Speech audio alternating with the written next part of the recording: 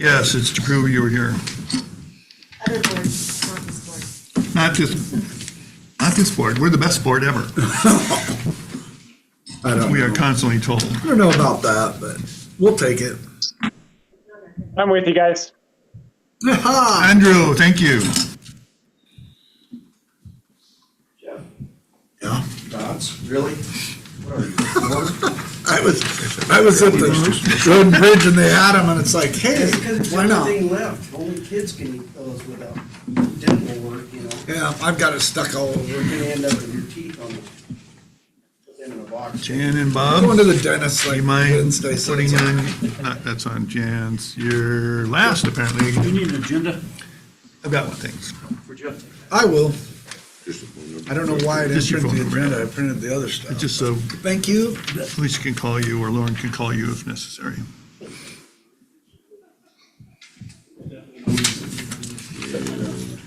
Go to Jan, please.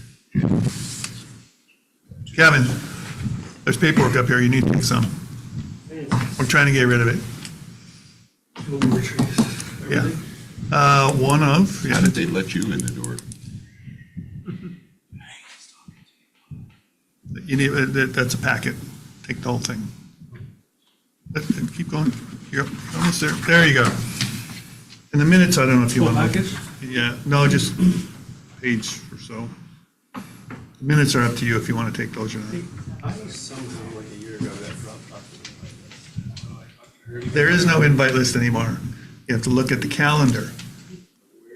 Calendar is you go to the website, commissioners calendar, meetings and boards, and there it is. Follow that flow. What are you doing here? You're supposed to be in Alabama. I am back, and that's another story. And your coffee. Oh. No. Did you send me those pictures and videos too? Or were you really in Alabama yesterday? We recording? Okay, ladies and gentlemen, we are here for the Bonner County Airports Advisory Board, Monday, October 27th at 2:02 PM. We always start the meeting off with a Pledge of Allegiance, and if you will follow Mr. Jeff Conley in that, All right. he will lead us. I pledge allegiance to the flag Of the United States of America, and to the republic for which it stands, one nation, under God, indivisible, with liberty and justice for all. Thank y'all.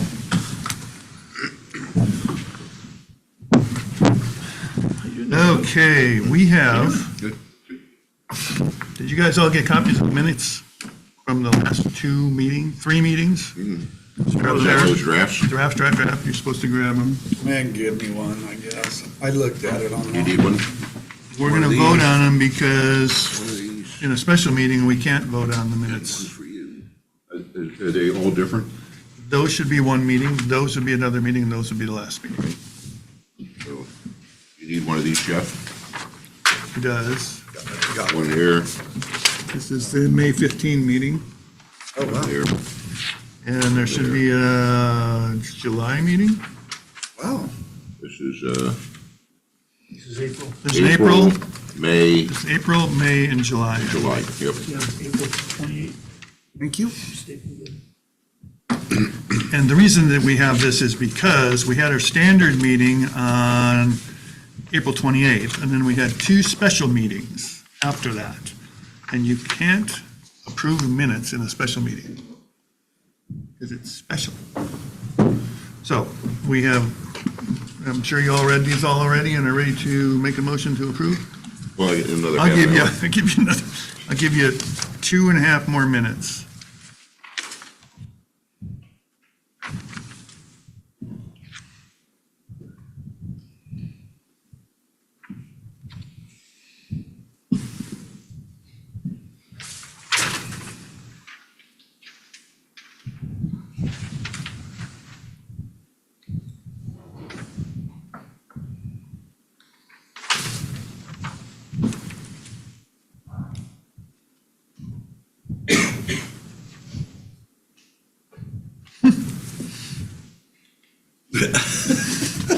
Explain. Well, there's we're apparently funded now by the Future Farmers of America and not by the Federal Aviation Administration, so Better change that, I need to right? change some of the acronyms. Yeah, there it is. I didn't pick up on it. Good catch. Sorry? Yeah, well, if you wrote the Monday, on the April 28th meeting minutes, it's FAA, not FFA. I'll fix that. Okay. Can we approve the minutes with, other than that? Yeah, I'll just continue. Okay. Perfect, thank you.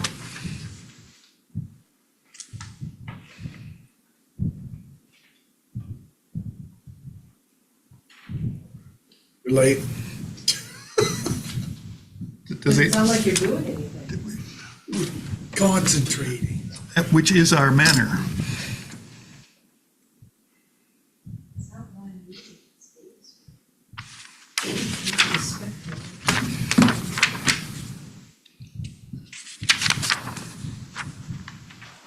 I move, we approve the minutes for second. those 3 meetings. My second.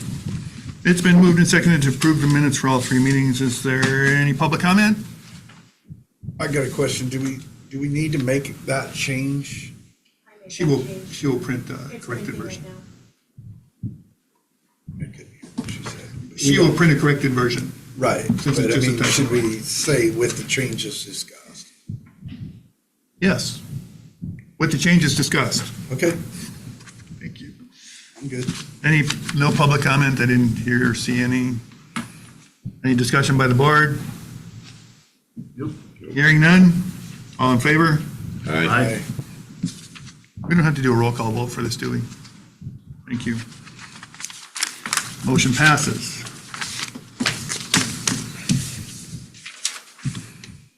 Okay, item number 2 is public comment. Bill, buddy old pal, Yeah, I was wondering about notifications of the meeting. How do we find out about the meetings?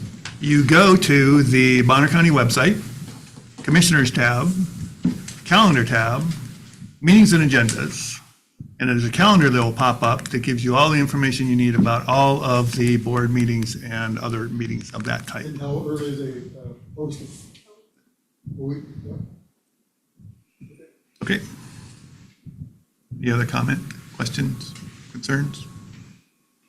Kevin? I'm just reading your minutes from July 18th, increasing lease rates. I assume that's as leases come due, or are you talking about modifying existing leases? No, we cannot modify existing leases. They are contractual obligations on both parties. It will only be the newer leases, and we have done that over the years. Well, to be expected. Yeah. Any other questions, comments? Okay. Field operations update, Mr. Dale Lockwood. Dale Lockwood, Bonner County Airport's maintenance manager. Sandpoint, airport, we got the final mowing done in preparation for winter, so it looks good out there. Got some asphalt bird baths repair done, and we're prepping equipment for winter operations right now. And there's been a bunch of projects at Sandpoint, but we'll let the engineers cover that. Priest River Airport, the pilot lounge is winterized. Sorry, Bob, we didn't do the upgrades to it yet this year. Courtesy car, we brought it to Sandpoint, did some repairs to it and upgrades. Take it back over there. There is a tree on the fence at Priest River, and that's been an ongoing battle of mine. I'd like to get all those trees removed, because it just keeps screaming out our fence. It took down the fence this time too. And we got the final mowing done over there, and the equipment's ready for winter operations. And I've been pushing to get that exit at Highway 57 paved, because Bill, we're trying to have a meeting here. And we had a good example of why we need that paved this summer, because our main gate at the airport in Priest River went down because the springs failed on it. It took a while to fix it. So we need an alternate exit and entrance for that airport, especially in the wintertime, because we can't keep that open at 57 if it's not paved. So, and it's not a very big stretch, it's just that corner to the new hangars over there. So it'd be really nice to get that done maybe next year. Would it be paved coming in from the highway all the way to the pavement at the taxiway? We have the hangars there. To the hangars, yeah. It's right there. Into the taxiway, So yep. then we could keep it maintained in the wintertime, so if we did have a failure or something, we could get traffic in and out. That gate is, the one at Sandpoint is nice because it's DC, so if the power goes out, it still works. That one at Priest River is a little more vulnerable, so it's just 110. Anyways, that's it for Priest River. We do have a new employee part-time to help with snow removal and maintenance when we got multiple people. William Harple, he works for Andy at the FBO, so he's a pilot, a young pilot. He has got background in aviation. So that's nice to have him on board. We gotta get him up to speed on how to do snow removal and stuff, but he seems like he's doing a good job. And who's that deal? William Harple. He works at Granite. He's part-time, you said? Yeah. I would like to mention, we operate with a lot of equipment. We do a lot of in-house maintenance, welding and cutting and fabricating and stuff like that. And there's a high risk for injuries or accidents or, like snow removal, bumping into airplanes and stuff like that. So we've got a really good staff and I don't like to say lucky, because I don't like being lucky, but everybody on our crew is very safety minded. And, with the helicopters, you don't see them, the blades are sticking out, I don't know, 30 feet or something, and they're invisible in a loader. So it's really critical that to keep everybody healthy and safe, the employees and the people. We've had some issues at the airports with incursions from pilots and ground vehicles and stuff, so I'd just like to mention that we've been pretty safe and have not tore up equipment and stuff like that, because that's pretty common in this industry. That's all I have. Any questions? Were you able to repair the fence at Priest? No. Will you? Yes, it was discovered today. Okay. It's only the top foot or so of it. So it's not completely down, like the deer can just wander in and out? There was. So We got to witness you guys playing Cowboys out you didn't take any pictures, I hope. there. We didn't video it. We laughed a lot, but Yeah, so there was a couple problems there.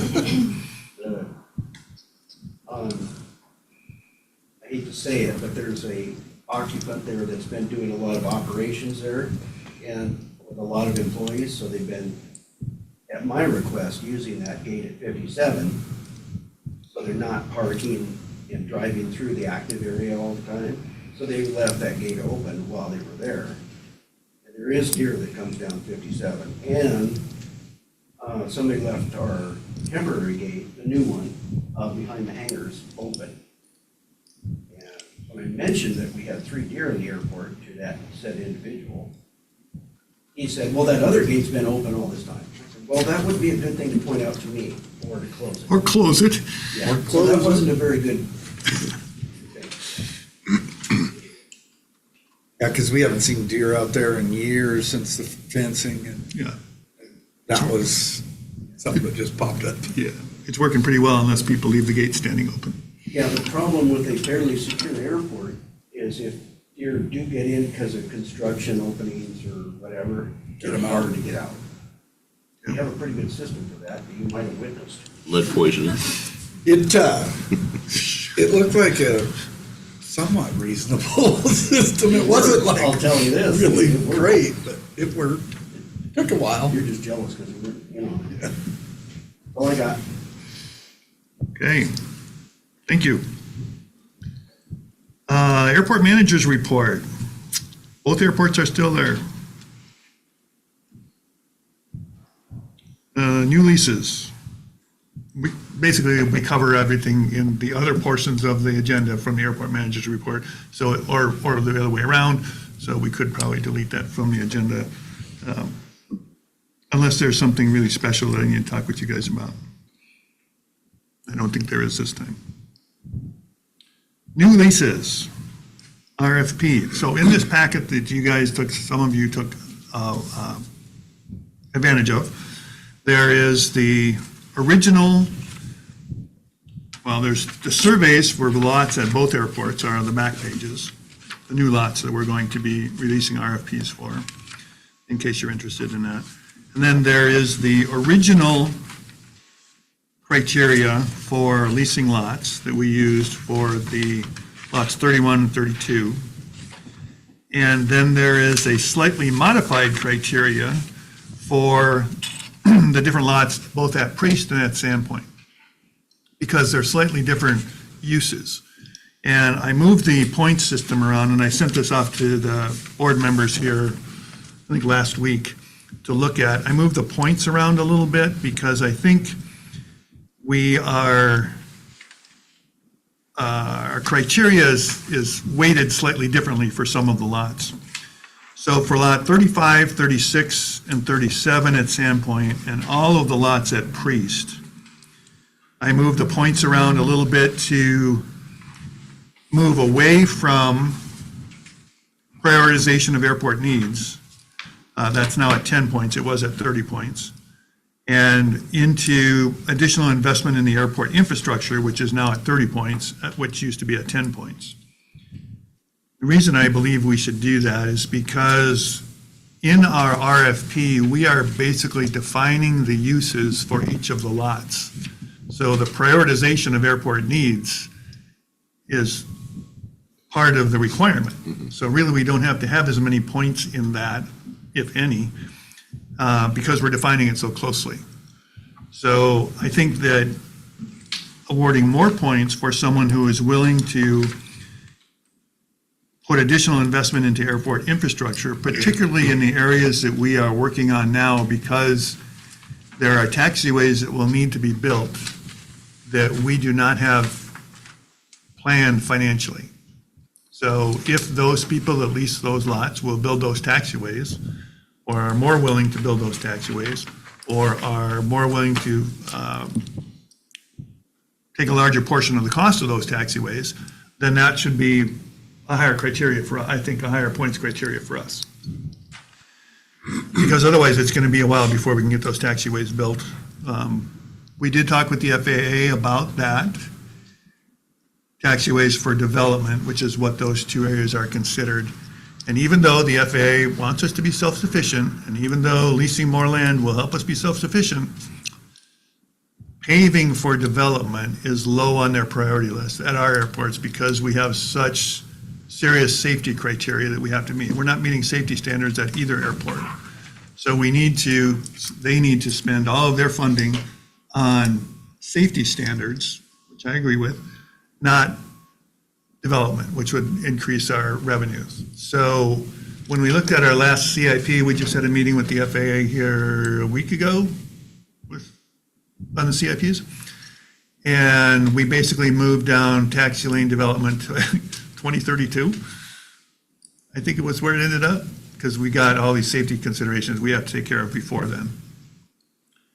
So that means that we're not going to have funding, at least FAA funding, for taxi lanes to reach these new lots unless we have investors that are willing to put money into it. So I think if people are, we should reward them with a higher points offer. 17, 18, and 19, which are the three big lots. If you look at the survey, they're the three big lots that are proposed for larger hangars at Sandpoint. I balanced it a little bit more. Prioritization of airports needs was 20 points, and additional investment was 20 points. Development experience, I upped from 10 points to 15 points, and I took those 5 points from Bonner County aviation experience. The reason for that is that while Bonner County aviation experience is valuable to us and is good for helping the little guys, smaller what I call smaller aviators, the GA pilots, who are looking to invest in a hangar or in the airport, they're probably unlikely to be putting up these large commercial hangars that we're talking about in those 3 lots along Executive Row.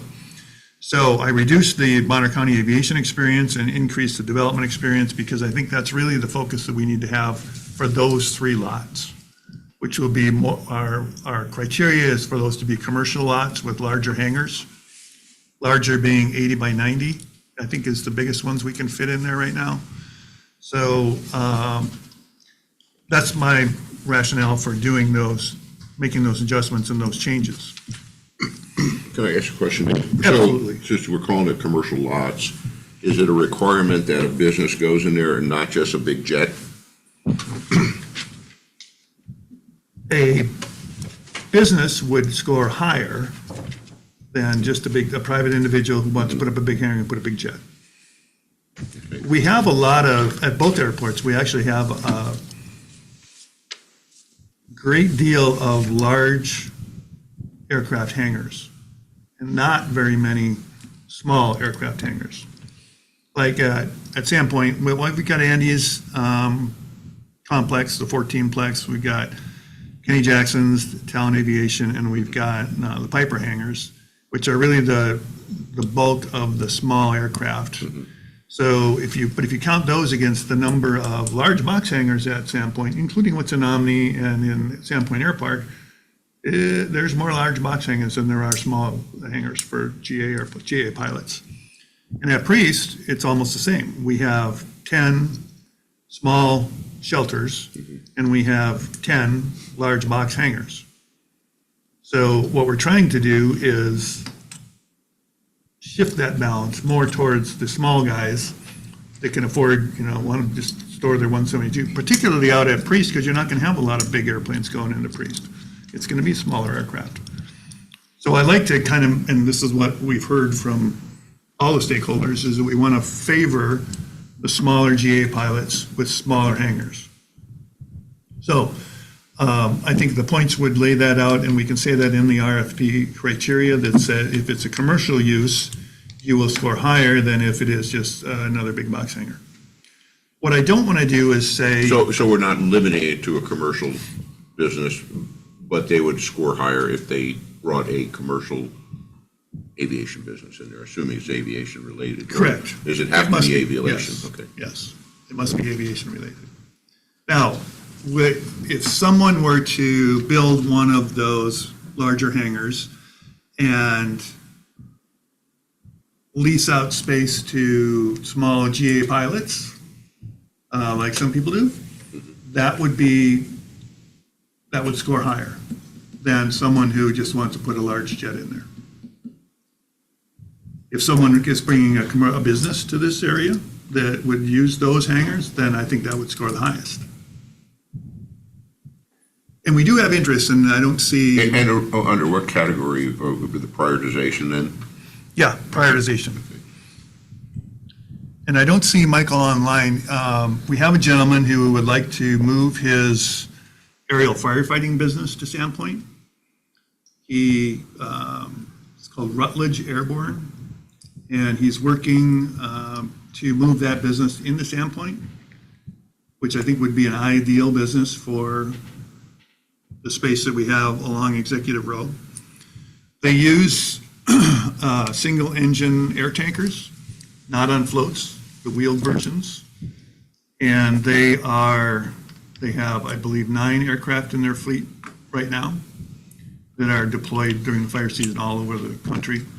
And then they would come home to roost after the fire season, so about this time of year. It would be here on site through about February, March maybe, doing some refit, refurbish, training, then they deploy out to the world again for the fire season.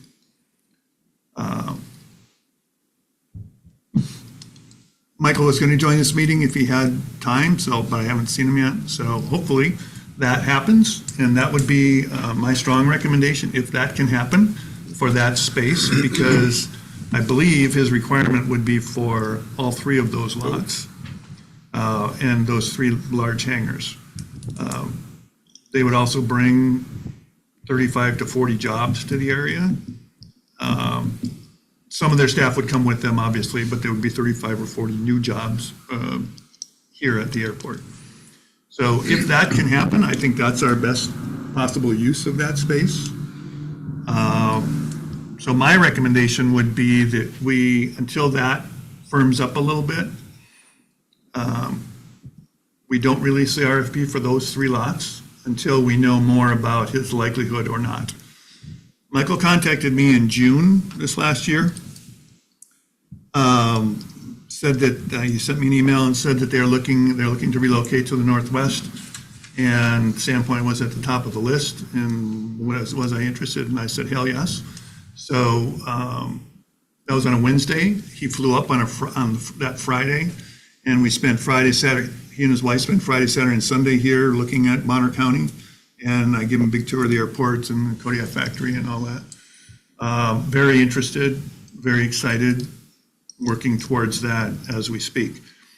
He's supposed to come back with his crew at the end of the fire season. They do debrief. Basically, they'll go someplace and have a big party to celebrate the end of the fire season. They're supposed to be coming here for that this year, which would be sometime in November, I believe. And then he and his wife will come back in January to see what the winters are like. Because they're coming from Casa Grande, south of Phoenix. Okay. Slightly different climate What was temperature. the name of the business? Rutledge Airborne.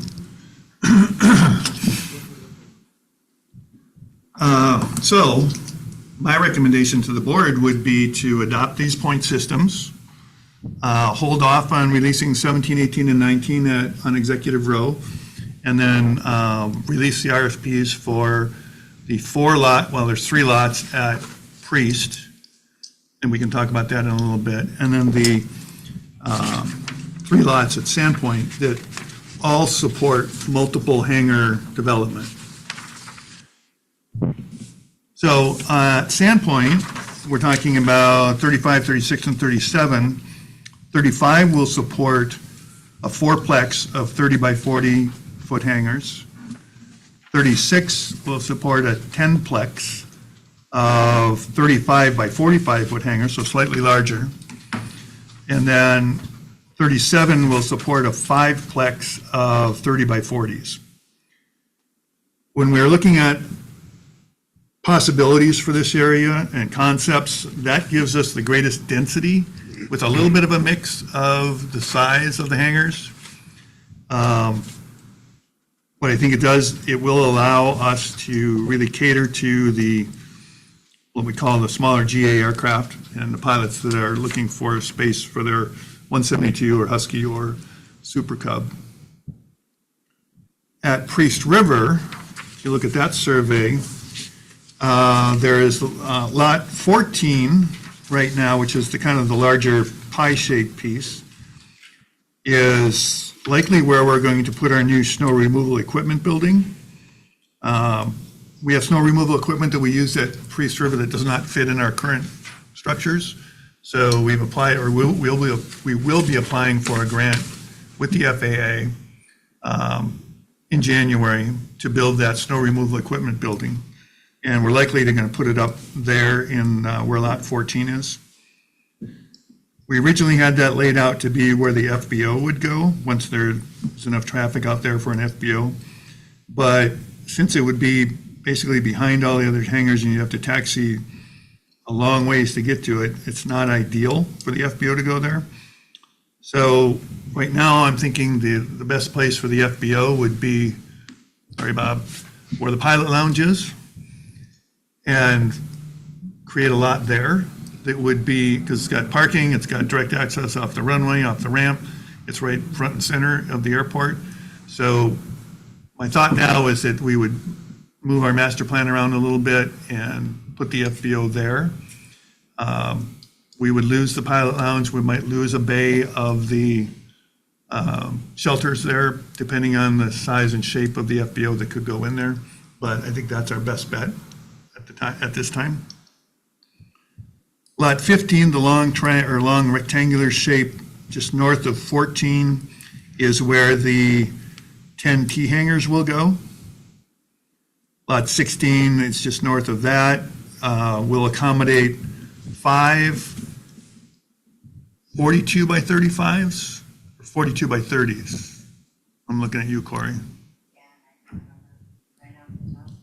We were trying to put 45s by 35s in there, and we couldn't quite get them. So I think those will be 42 by 35s, I believe. So there'll be 5 of them can go there. And then lot 17, which is the northernmost one, will accommodate 2 35 by 45s, so a duplex. And so all of these would be intended to be common walls. Correct. Right. Yeah, exactly that. That gives us the greatest density. Now, we can certainly entertain proposals for other uses there, like a big box hanger on lot 17, or 3 big box hangers on lot 16.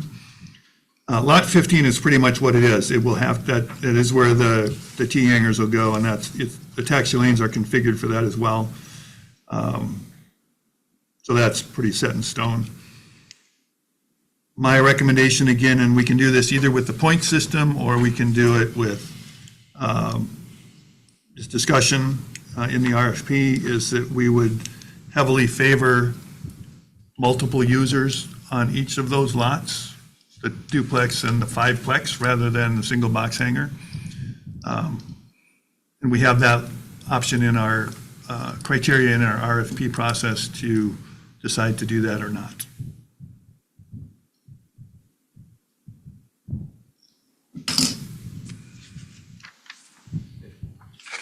Kevin? So just to be clear, there's only going to be 3 leases coming available in the East River, and it is up to the developers to divide it as they see.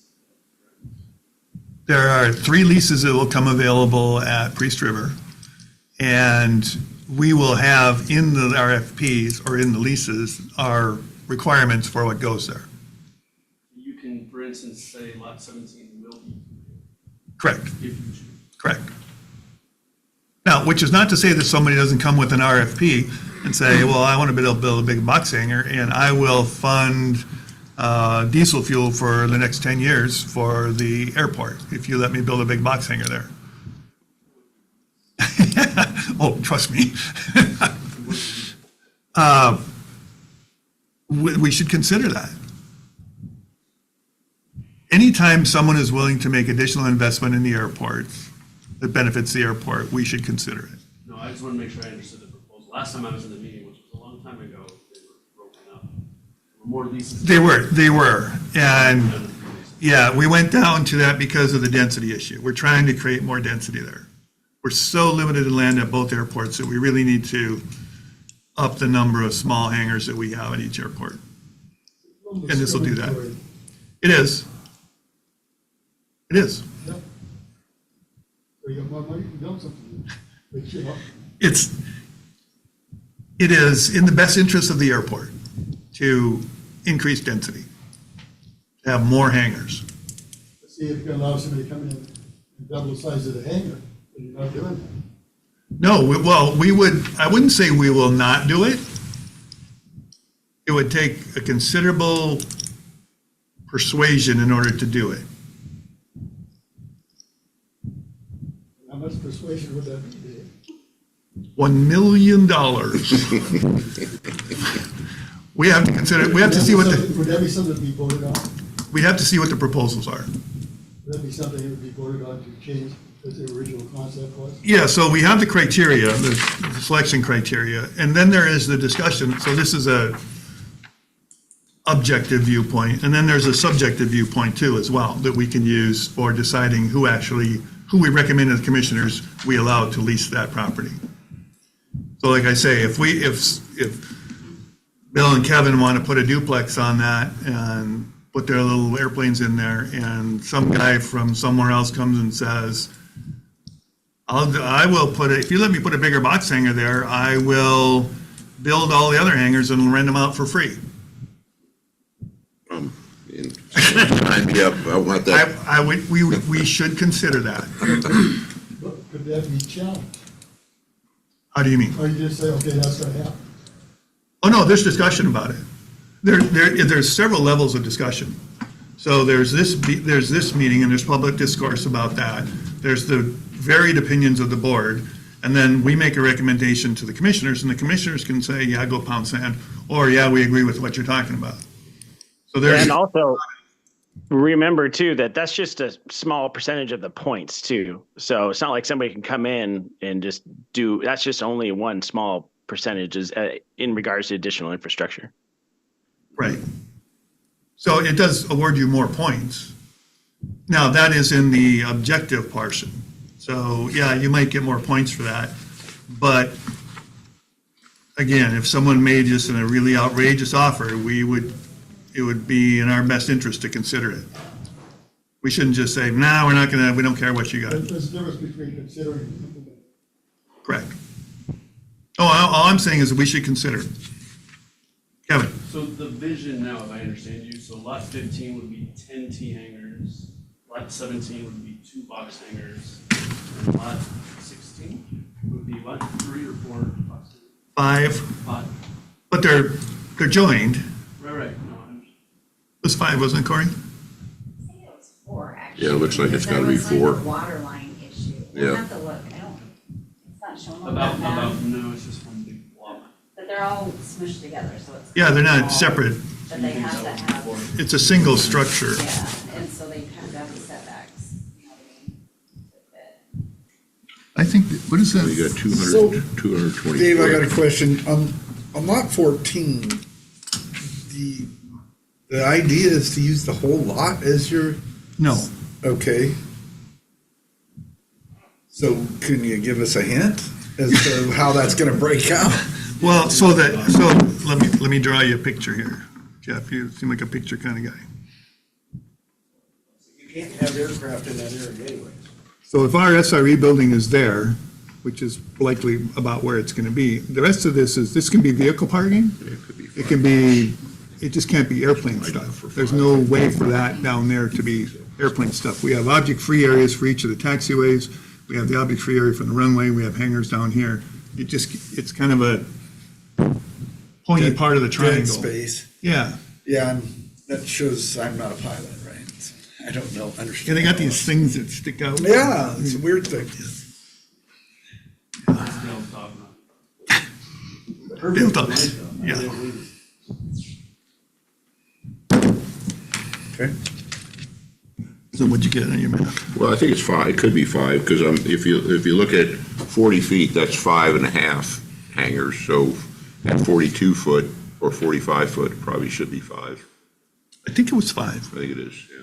Because we had 4, when we initially did it, we had 3 50 by 50s and 1 40 by 40. Right. And if we should be able to get 5 42 Yeah, wides out of with that. 220 feet Yeah. should Yeah. work at 42 to 45 foot width. We will wedge however many we can fit into that space. Right. But to be clear, only one person will win that entire structure. One person, well, one entity. One entity. If 5 pilots get together, pool their resources, form an LLC, you got it. That's ideal. That would be our ideal situation, if that can happen. So here's the question, I guess maybe that, this is the lot size, so is there setbacks on these? So what are the setbacks? There, I think it's 25 feet on the front side because of the object-free area for the taxiway. Because the taxiway is that's the only width of the Right. pavement that's depicted there. Yeah, that's only 20, so it's Right. gotta be 25 more. So I think there's 20 or 25 more. Okay. And then the side yard setbacks, you run into a problem with this one here, Right, mhm. and then obviously over here, and I think Right. those are 10 feet? We give 10 feet on the side yard setbacks on those? That's fine if it's up against the utility, so if it's up against the water line, then it is 10 feet. I think there's on the south side, there is a water line that stubs in there. On the north side, not actually sure there's a sewer line, but it's outside the fence, so it Yeah. might just be the fence and what the city's property setback is, which is slightly different than the utility. I think it's 5 and 10. Side yard's 5, but it's 10 if it's against the road right away, so.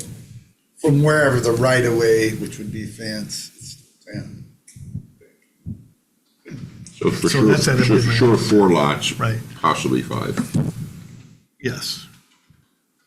And again, when we lay them out, I mean, when we talk about what can go there, that's without having done the survey work. So now that we've done the survey work and we know the actual spaces that we have to work with, then we adjust as necessary. I mean, they're close estimates when we do the concept and the layouts.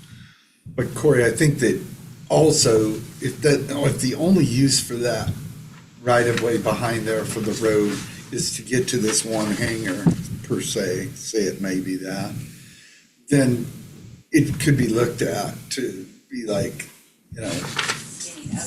yeah, it'd just be like, that seems like a decent distance, rather than to, but if it is going to be somewhat access to that larger piece, the 11 acres or 10.8 or whatever that is, then you know what I mean? It depends on what the usage is. It's, because I mean, it's pretty wide right of way, and so it doesn't need to be 60 feet wide if you're only gonna be parking a couple cars down that direction.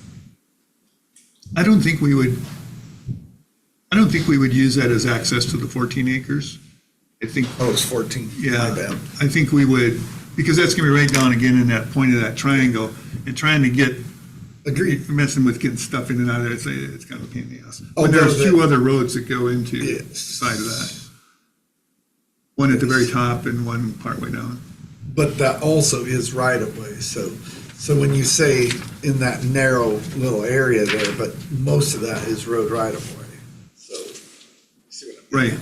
Right. So, I mean, but anyway, it doesn't matter, I mean, just trying to think ahead a little bit. Yeah. And I appreciate that because that's good.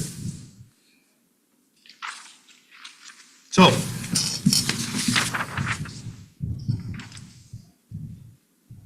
Kevin, Can I go back to Sandpoint? I'm glad you came to the meeting today. Well, it's the first one I've heard about for over a year. So I heard about them after that. When I look at the website for Sandpoint versus the handout for Sandpoint, Yes. one of them cuts off the back of the piper hangers and one of them does not. Which one would you like us to use? I'll let us choose, if it's okay with you. Which one's correct? The survey is, This one. correct. Piper hangers are not. They are not going to be moved. So when you, Nasty red line on your website. yeah, when you look at that, it's because the superimposition of the I was hoping you would say that. lot lines don't line up with the reality on the ground. I was hoping. So yeah, we went right up to the edge of the piper hangers and scraped yours a little bit, but other than that, it's okay. So yeah, it won't be an I issue. don't like keeping that much space. Exactly. I keep started into it. Yeah, so I've heard. So I have heard. And I guess last question, I don't see dates. When are these going to go? There's a date on the website. Fall of 2025. Everything's on the website. That is right. That's why, RFPs right now? that's why we're having this meeting.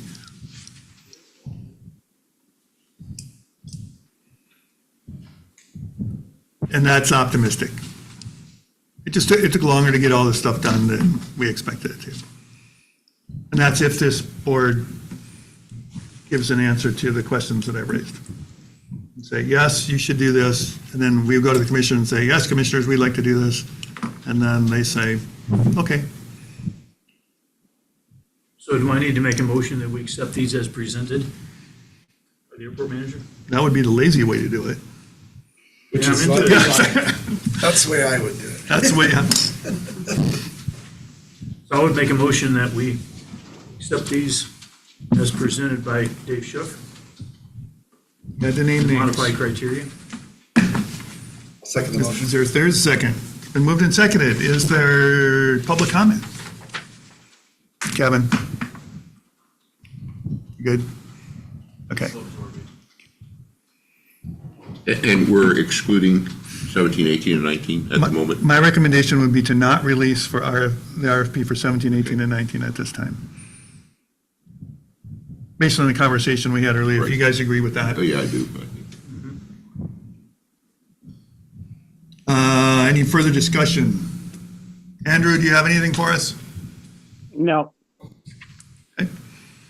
One more question, sorry. What is the lease proposal, 30/20? Did you already say that? No, we did not say that. What is the proposal? We're still debating that. Give us some spitball idea. Sure.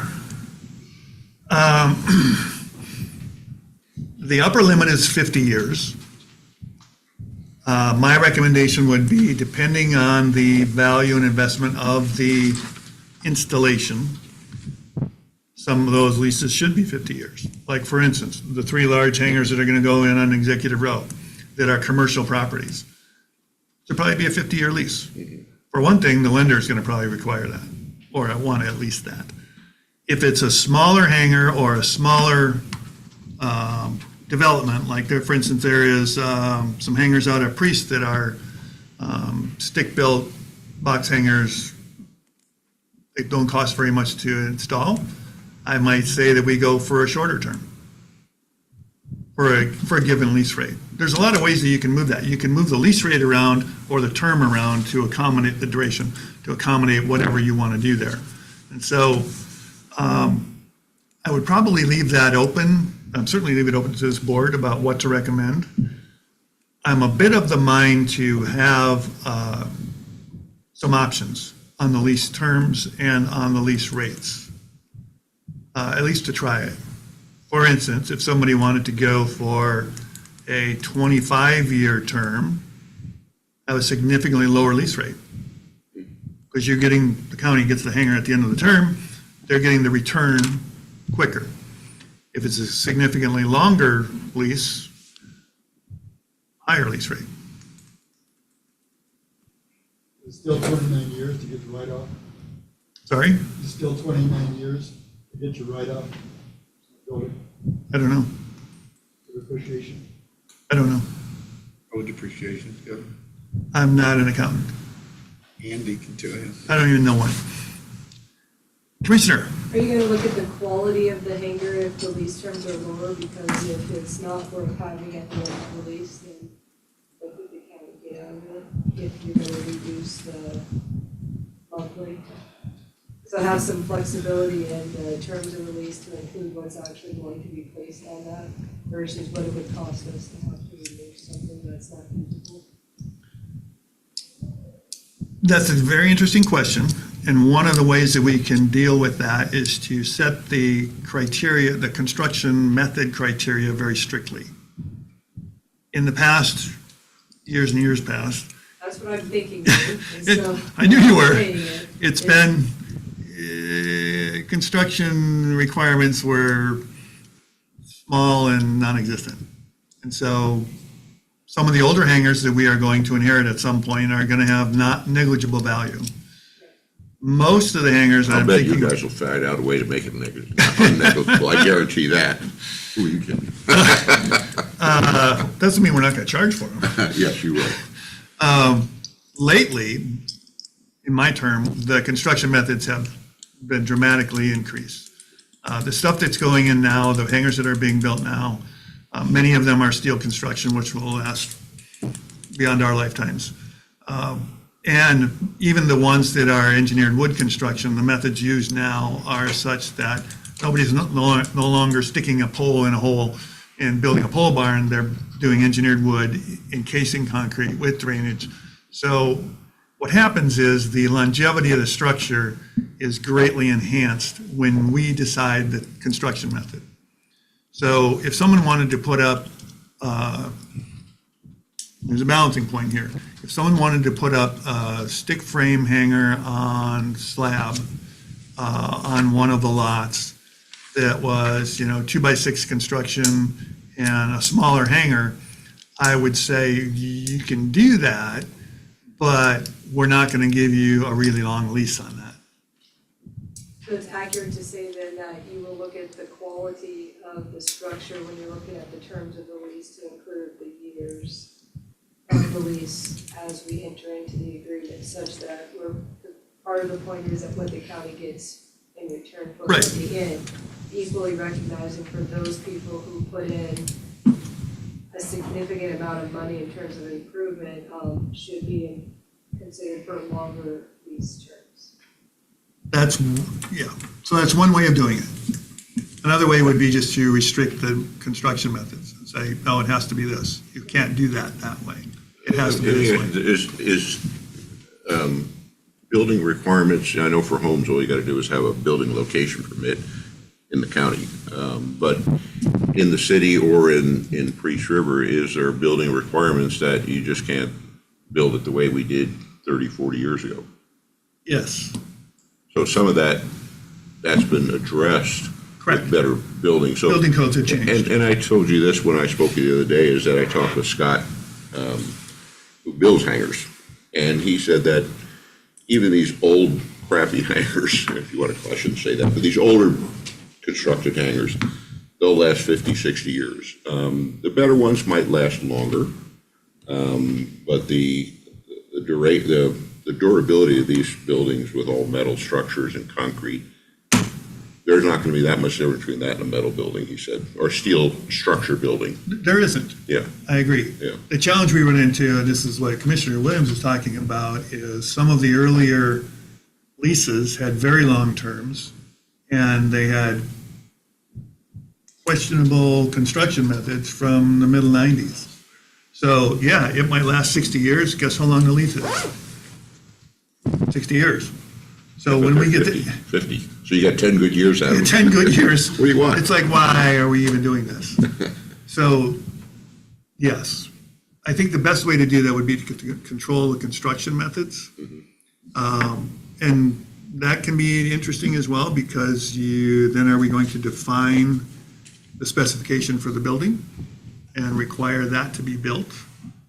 Or do we look for instance, general contractor experience who has a reputation they need to maintain and will be building to a standard that they have developed, which is commercially viable? That would be my recommendation. I really don't want to have people who have other jobs out there building hangars for us that we will eventually get. I would rather have contractors doing that work for us.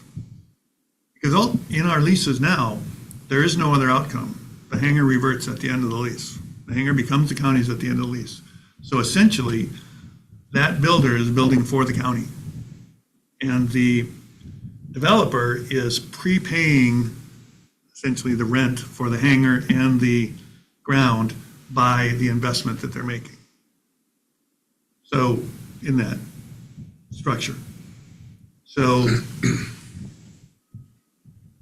they're building for the county. And so I think that the easiest way to do that would be to not have contingencies where we might shorten a lease for someone who's building a slightly lower quality, but just say it has to all be to this quality level.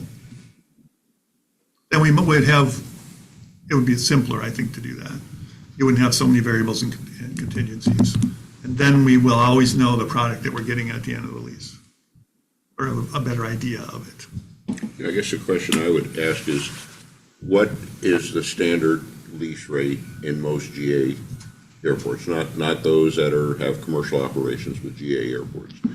Is the standard still 50 years, 30 and 20? Is that that's always been my understanding, but I haven't researched it. It's changed. Now the standards are almost always 40 years, a straight 40. I see. And with no options.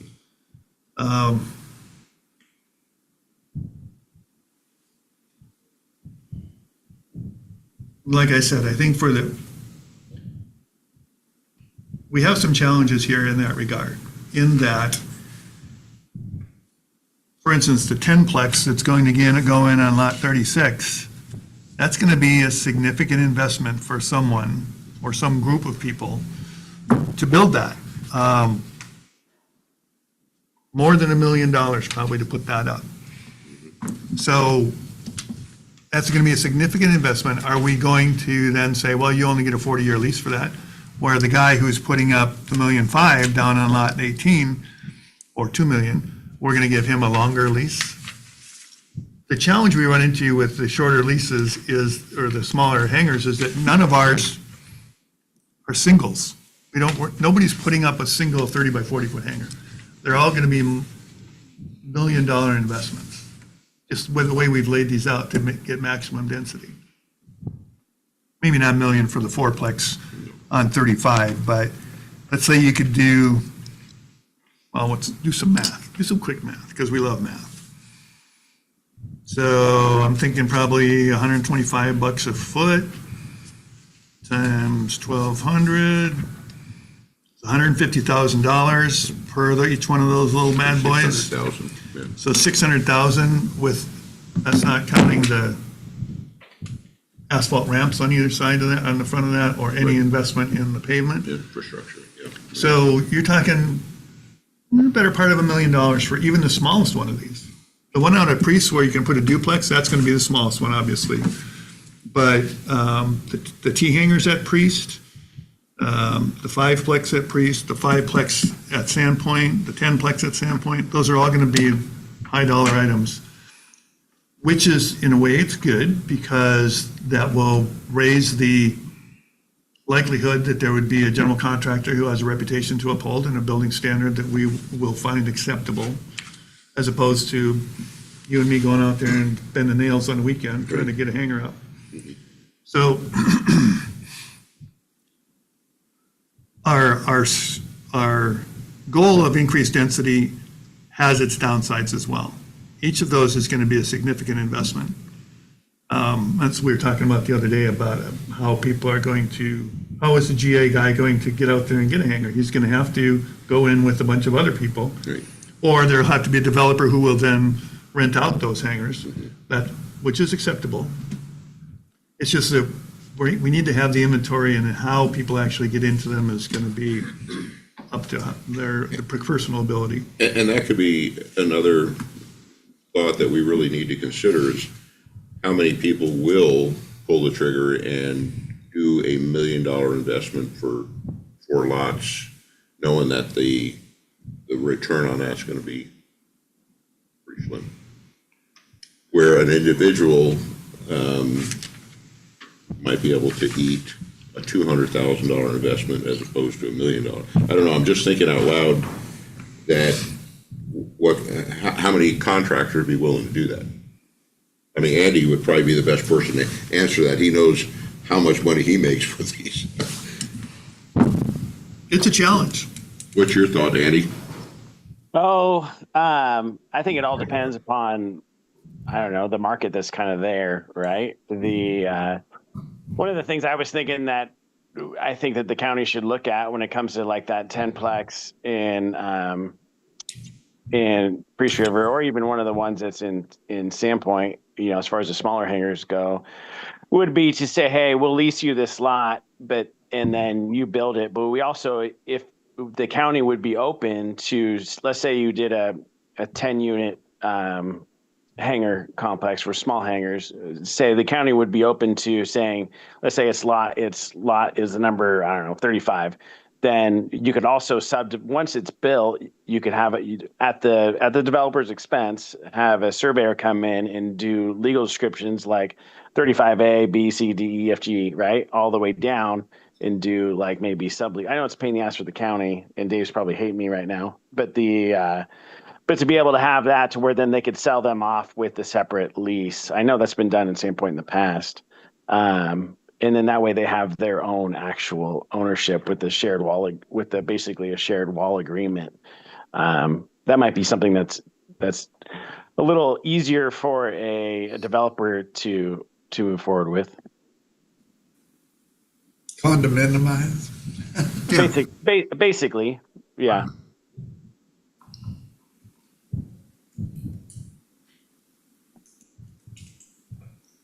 You could do the same thing with an LLC, though. Yeah, but the problem with the LLC, though, because I've done that before with the LLC as well, and it works, but you can't really ever finance. So everything's got to be cash. So it's either owner carry or it's got to be cash, because a bank's not going to loan to shares of an LLC. So it limits you in that regard, because I know the Piper hangers are that way. Lot 13's that way, and it works. It's okay, and but it's not nearly as good as being able to actually condominiumize it if somebody wanted to go that route. And then also, you're not, as far as the lease payments go, it's you're managing your own destiny versus relying on somebody else as well. So I agree that individual ownership through a condominium is a better plan than a shared ownership in a. yeah, and I'm not saying that's what the county should do. I'm just saying it's maybe could be an option if we're having a hard time having somebody, like, let's say we put them out for RFP and no one comes along and be like, hey, also this is something we'd be willing to do. Because then, like, let's say it takes $1 million to build that, which is probably off by about $1 million. But let's say it takes $1 million to do it. Well, if that guy he can sell half of them and recoup, say half of that value, and then he's more comfortable with just leasing out the remaining. It just makes that pill a little bit easier to swallow. Yeah. Yeah. So that begs the question is, if we go out with this method of condominiumized, how many contractors will go this route, or would it be better just to break them up and go back? And I know we're trying to maximize, I get the point of that, but the individual lots would be maybe an easier thing to build, because each individual, and I don't think there's any trouble finding enough individuals that want to build hangars. Yeah, I think that at the end of the day, you put it out as the way we want it, which is the way Dave has presented it, and I think that's the smartest thing. And then let's see what the interest is, right? So you put it out there because that's for the best interest of the airport, would be to have the most density, all those things, and you kind of keep it simple. But you put it out there as Dave has it, and then if no one comes along, let's say a year comes along and it's just crickets out there, then maybe we take a second look and say, hey, what else can we do to make it more appealing? Yeah, or we pull the marketplace and say, why aren't you biting on this? And they say, well, if you did condos, then we can look at that. I agree. I think let's try it the way we would like it. It's most beneficial to the county first. And then people will come back and tell us what they want. They're not shy. So if someone says, well, if you were doing a condo instead of this, I would sign up for it, we can look at that. I don't mind, yeah, the idea of the condo doesn't bother me. It's more leases, but that's not a big deal either. Yeah, I'm not opposed to it at all.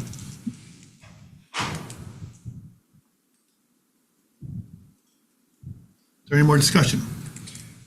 I think that's the way to go, is to put it out the way you put it forth, and then see what the interest is, and then move from there.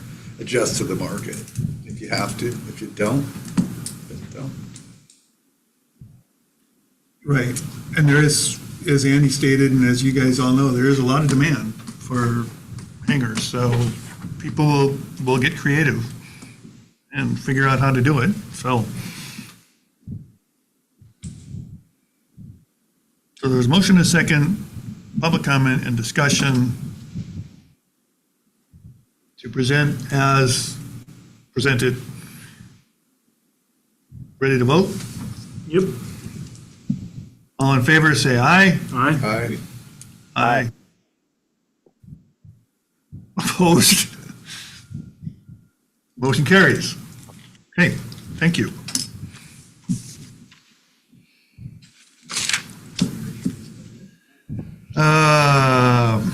FAA and through the fence matters. Oh, fun. Let's start with the FAA.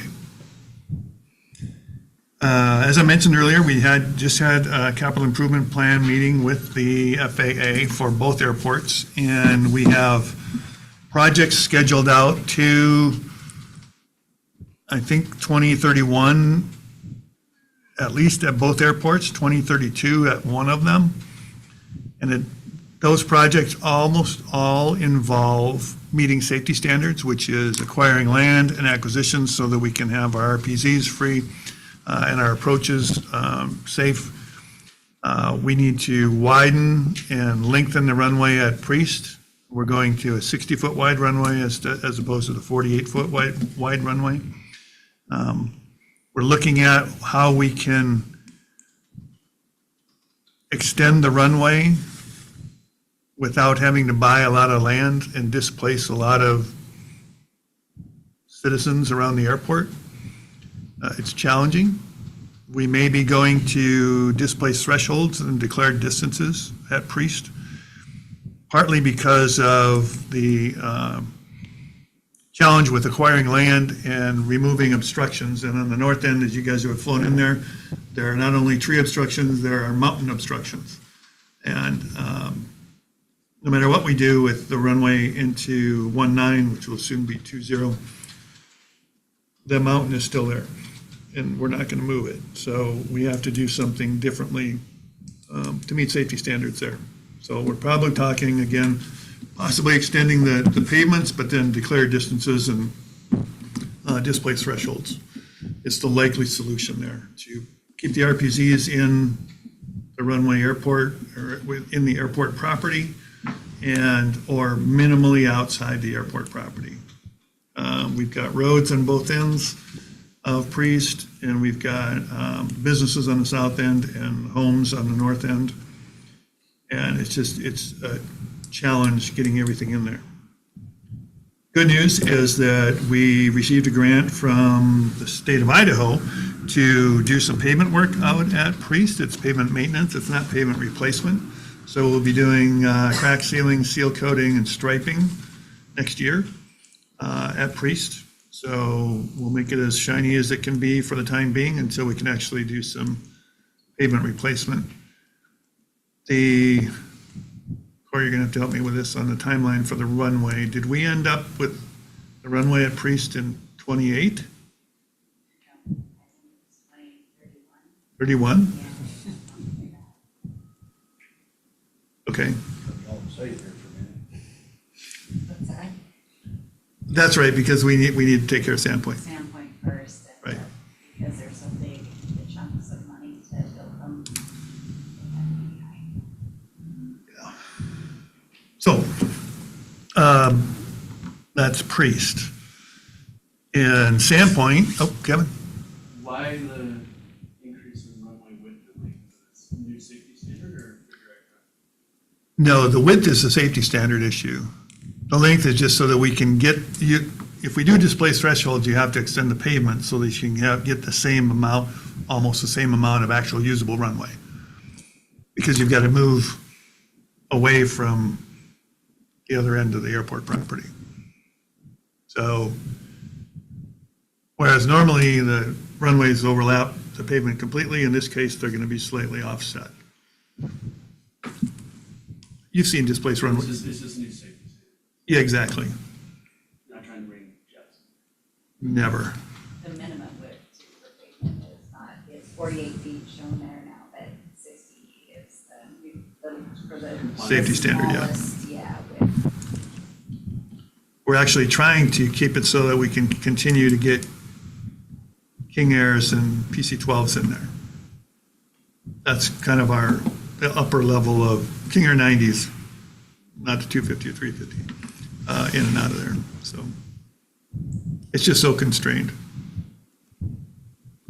What else at Priest? At one time, wasn't it supposed to move so that there could be a taxiway? No? Well, maybe that's so far back you can't. Sandpoint, Right, not at Priest. Well, the center line's going to move east a little bit. right. When we go to 60 feet wide. Then we'll still have we got a full-length parallel taxiway, but in the place where it is, right? Yeah, on the west side, it'll fit all the way up with the current property that is Oh. purchased or that is currently under ownership, so no property needs to be acquired to extend the whole length on the west side. Inside the fence, it's Inside the fence, current. Yeah. Okay. And it's the same alignment that's there now. So it won't be, Widen it. well, the taxiway will run just from Right. where it comes up on the apron and go straight up, go all the way up north. Runway will widen a little bit. So that'll actually be really nice, really nice. No more back taxing. I'm Kevin? No, I'm just- Oh, looked an awful lot like. Sandpoint, same issues, different airport. Safety concerns, obstruction removal, land acquisition, still a fair amount of land acquisition, runway repair, rebuild, and west side parallel taxiway. Crazy numbers and all that stuff in terms of the dollar values for doing that work. So we're working with the county and the commissioners about how we can accrue funds so that we don't have to hit a single budget year with the county match that could be $800,000. We're trying to make it so that we have a way to fund those things from carryover years rather than from a single budget year. That would be nearly impossible for us.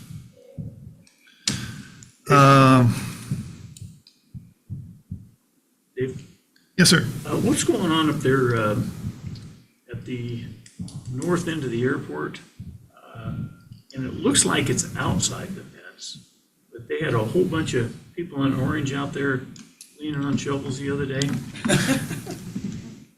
Short trees. And there's some kind of activity going on. You mean right alongside the Boyer, just south of the roundabout? Yeah. Yeah, we'll get to that.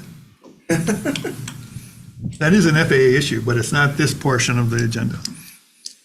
It's coming up. I think it's next on the agenda. Yeah, it is next on the agenda.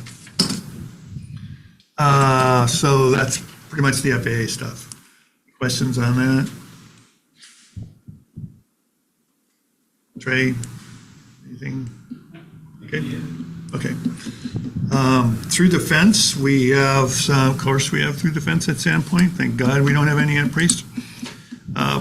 We are working with two developers at Sandpoint, Timberline and what's being called, I think, Boyer Hangars, a little bit north of Timberline, who are developing hangars in areas of aeronautical use. And those properties have access licenses.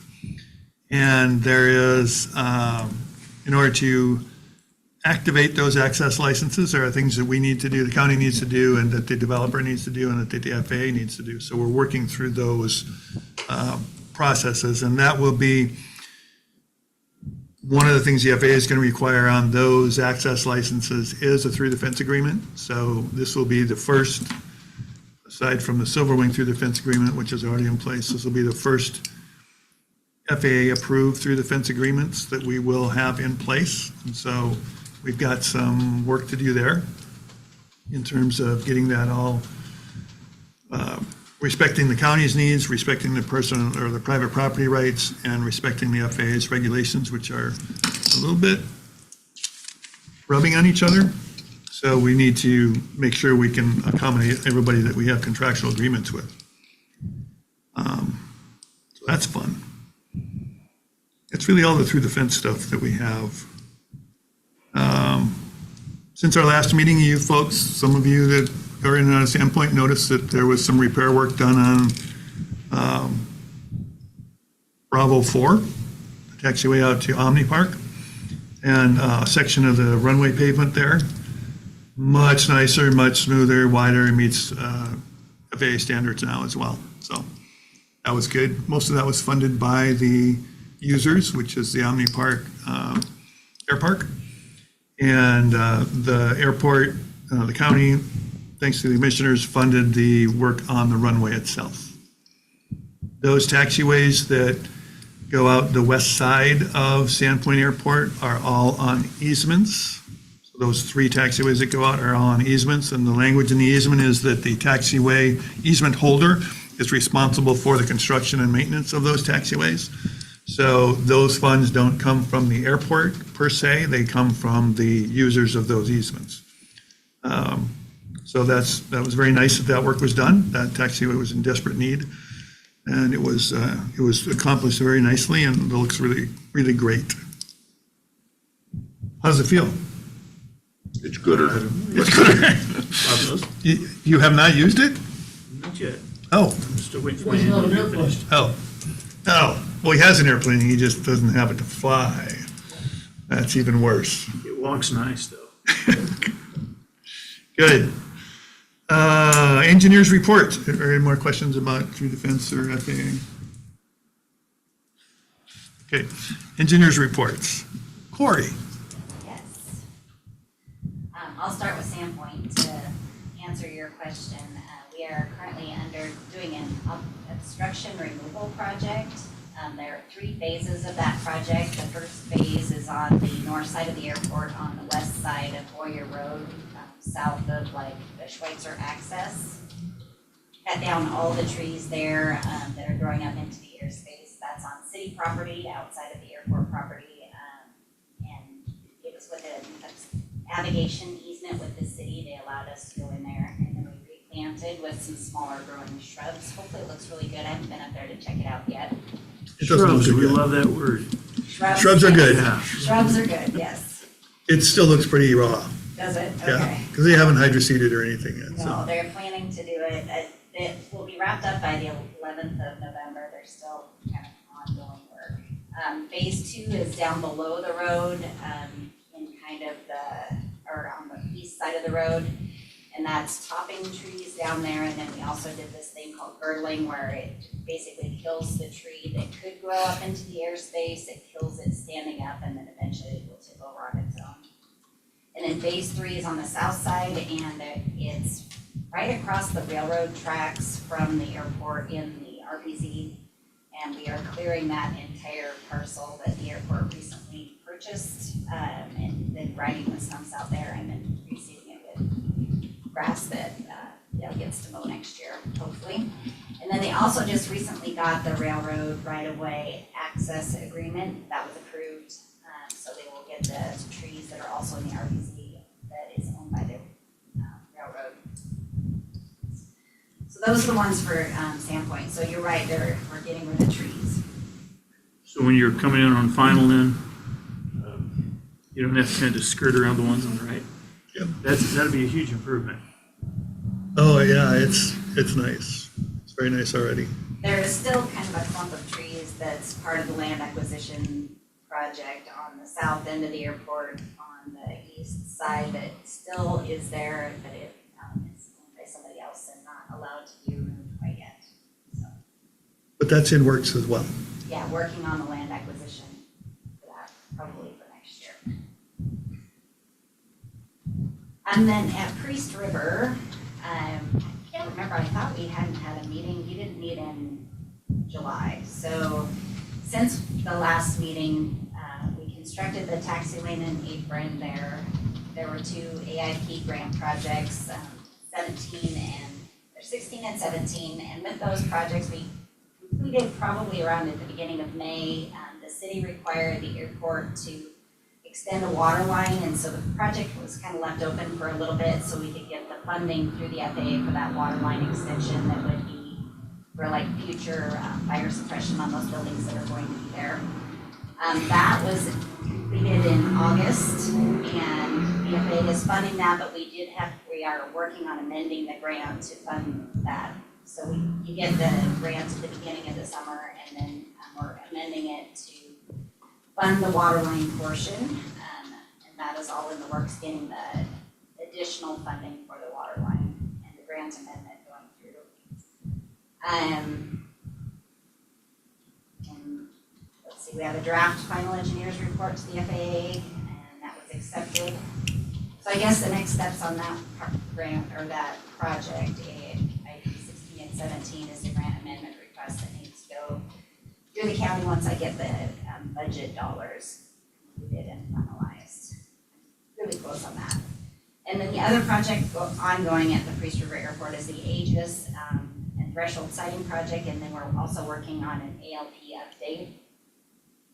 The Aegis actually just recently got accepted through the FAA, so it basically takes all the obstructions in the approaches and we put it into their Aegis system, and then we're going to take that data and put it into the ALP. So we are working on the ALP, and I think Dave is wanting to set the project advisory committee meetings in the next couple months, like maybe mid-November to review the project and the alternatives for the runway length that he was just talking about, based on land acquisition and do nothing and those sorts of things.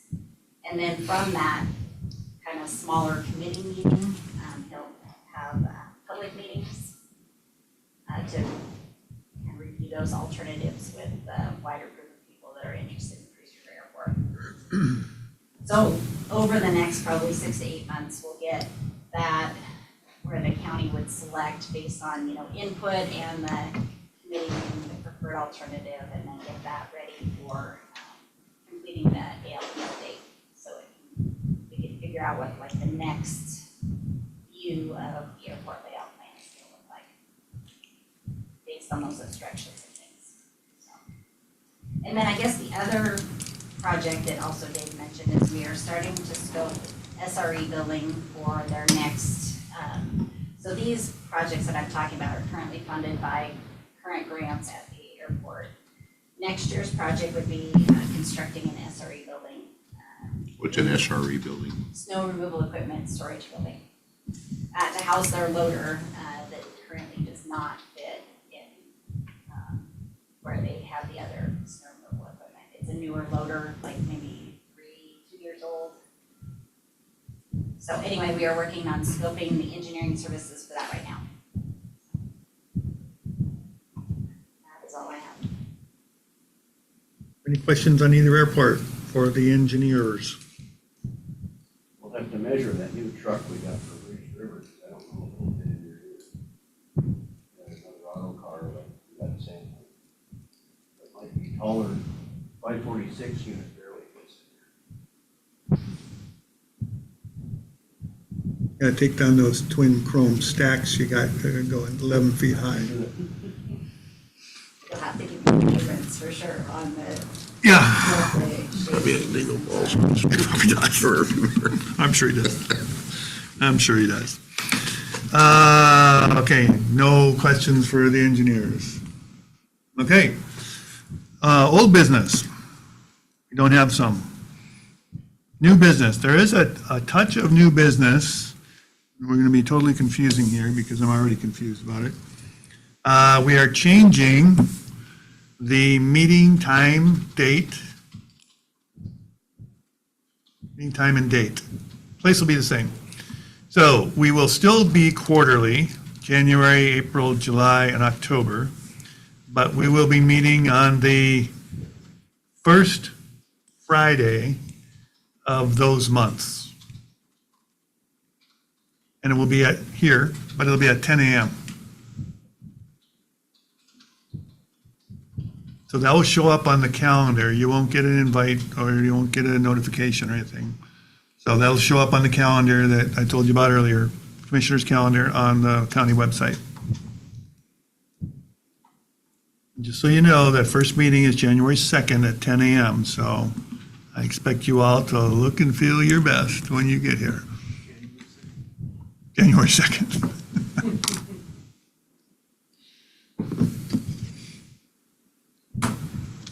You'll have a whole 24 hours to sober up, Kevin.